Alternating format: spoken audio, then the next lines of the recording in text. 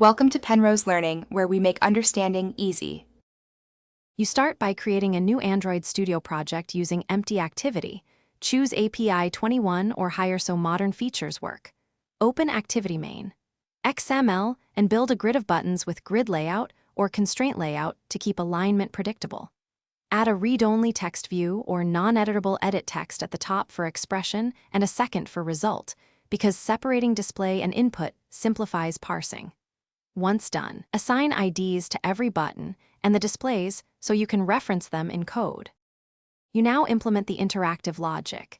In main activity, bind each button by ID and set on click listeners that append to a string builder representing the current expression. Use short methods.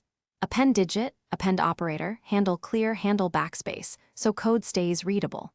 For evaluation, choose a safe approach. Implement the shunting yard algorithm to convert to RPN and then evaluate, or use Android's built-in JavaScript engine carefully. Validate input first to avoid crashes. Make sure to update the result text view on successful evaluation. You finish by polishing behavior and packaging the app. Format numeric output to hide unnecessary decimals and catch divide by zero or malformed expression errors to show friendly messages.